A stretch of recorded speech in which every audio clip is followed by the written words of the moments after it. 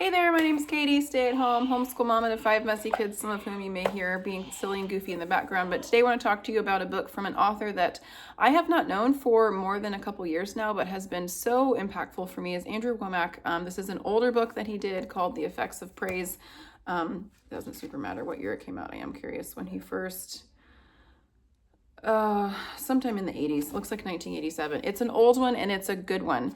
If you are looking for something that is just going to get your mind focused on what does God's word say, and just, I don't know, just aligning our minds with the word. Sometimes it helps me a lot. Obviously, we want to go to God's word first when it comes to renewing our mind, to aligning our minds with truth. But so often for me, it can be helpful if someone can just kind of tie the Old Testament and the New Testament, just kind of like tie it together for me in ways that I can concretely focus on. I don't know if that makes sense. Anyway, this book, I read this when my son was going through cancer treatment for leukemia. We had treatment for a year and then he relapsed. Absolute hardest season of my life. He's doing great now. But this book was so impactful for me of what does praise have to do with me? How does it affect me? How does it affect the enemy? How does it affect God when we praise?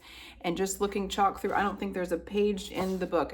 All the Bible verses are in bold. There's not a page in this book. There are multiple bold on every page. It is filled with God's word. You can see it's filled with my journaling. But if you are looking for a biblically based book, and it's going to encourage you. I mean, I just remember reading this almost as a lifeline. I would read it before bed. I would keep it at my nightstand.